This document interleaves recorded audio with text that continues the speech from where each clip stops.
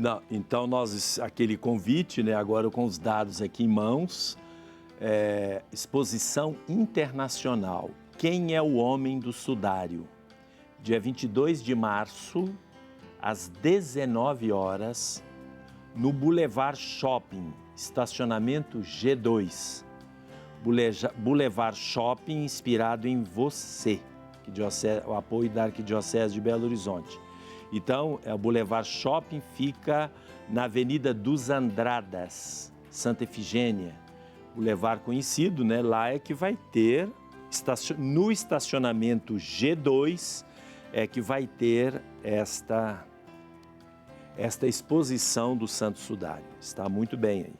Bom, nós estávamos falando das leituras do tempo da Quaresma e falamos do ano C. 4 domingos já se passaram, né? Estamos chegando ao final. Então vamos ver se a gente consegue falar um pouco, simplesmente fazendo a ligação com a preparação batismal dos evangelhos do ciclo do ano C. Então nós temos o primeiro domingo para todos os ciclos A, B e C. Como nós já dissemos, são as tentações de Jesus no deserto, na preparação para a sua vida pública. E é interessante que é após esses 40 dias de Jesus no deserto, quando ele é tentado pelo diabo, é que vem o batismo de Jesus e o início da sua vida pública. Então, naturalmente, vocês vejam aí, em primeiro lugar, materialmente, o tempo da Quaresma como sendo uma preparação para o batismo. Segundo os evangelistas, que seja isto simbólico ou metafórico, não nos interessa, Jesus jejuou durante 40 dias, tempo da Quaresma, 40 dias.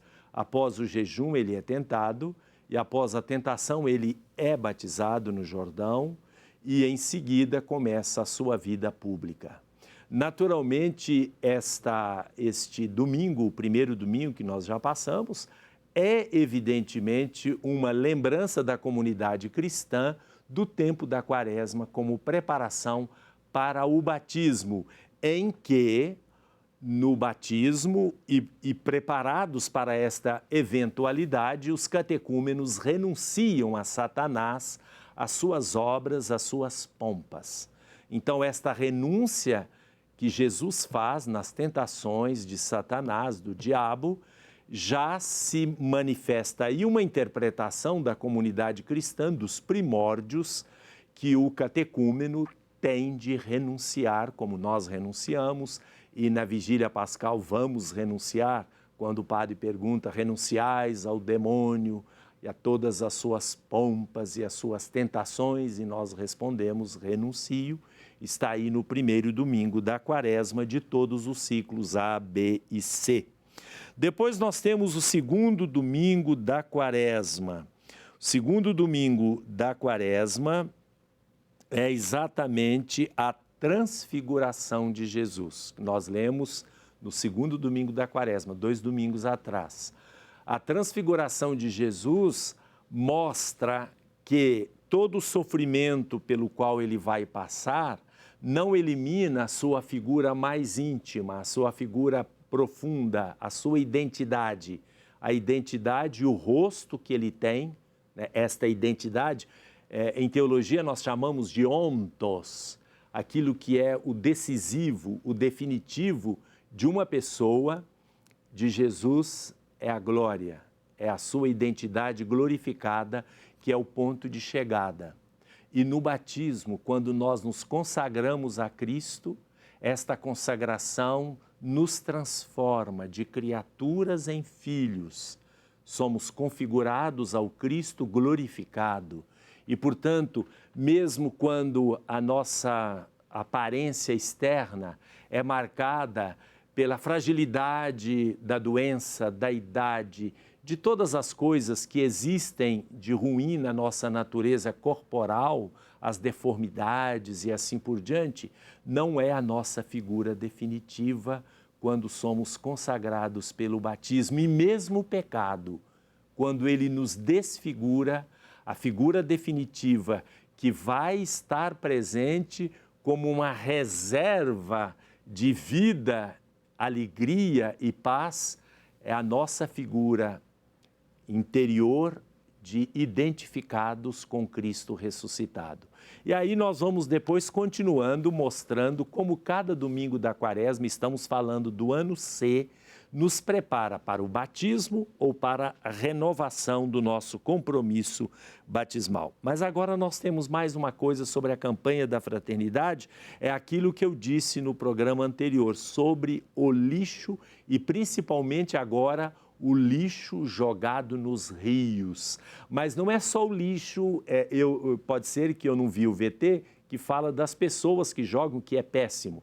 Mas e as empresas que põem detritos, muitas vezes oxidantes, nos nossos mananciais de água?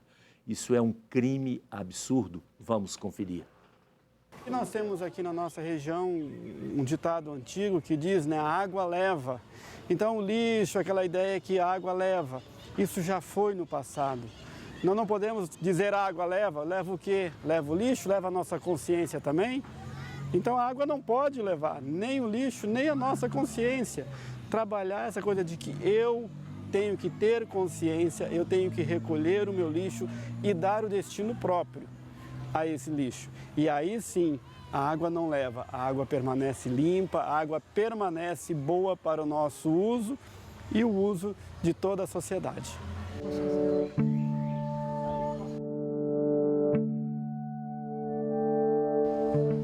A água ela é um bem que abastece a humanidade como um todo, e não só a humanidade, ela abastece todo o nosso planeta. A gente viu uma cena lá que foi chocante assim. Tinha uma pequena garça caçando lá um sapinho ou um peixinho numa água totalmente contaminada. Quer dizer, não havia mais vida no sentido pleno da palavra. Havia uma luta por sobrevivência. Nesse espaço onde eu estou, eu me obrigo a comer e me servir disso que tem aqui. A garça não tem capacidade de raciocínio, mas as pessoas que lá estão, sim. E elas se sujeitam à violência do tráfico, à violência de uma água de má qualidade, à violência de sair pela porta da sua casa e encontrar à sua frente um ambiente totalmente degradado. Então, nesse sentido, eu acho que a população, nós precisamos rever essa nossa consciência acerca da água. Você sabe que é interessante, eu estava vendo isso, estava lembrando que a educação das crianças, né, desde pequenas, e isto é muito importante. Quando a criança, desde pequena, na escola e também na família, porque os gestos, os exemplos arrastam. As palavras podem convencer, mas quem arrasta são os exemplos. É o que nós temos no Brasil hoje, né? Não adianta palavras se os exemplos são péssimos, né?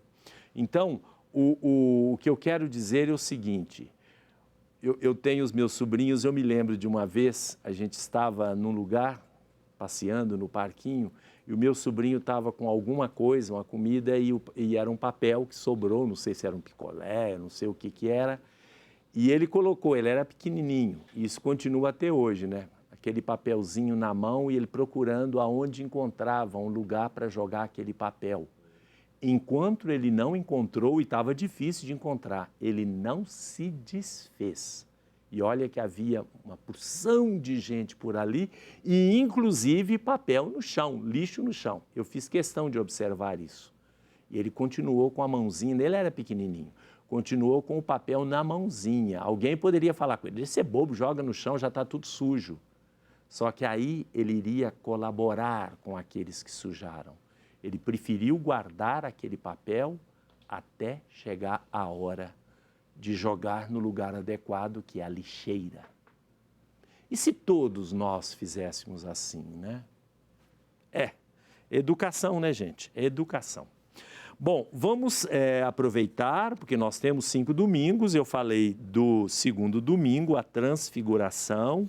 Depois, o terceiro domingo do ano C foi um domingo em que Jesus pega 2 notícias de jornal sobre, é uma maneira de falar, né? Obviamente, notícias que chegaram para ele de pessoas que tinham morrido de maneira terrível, né?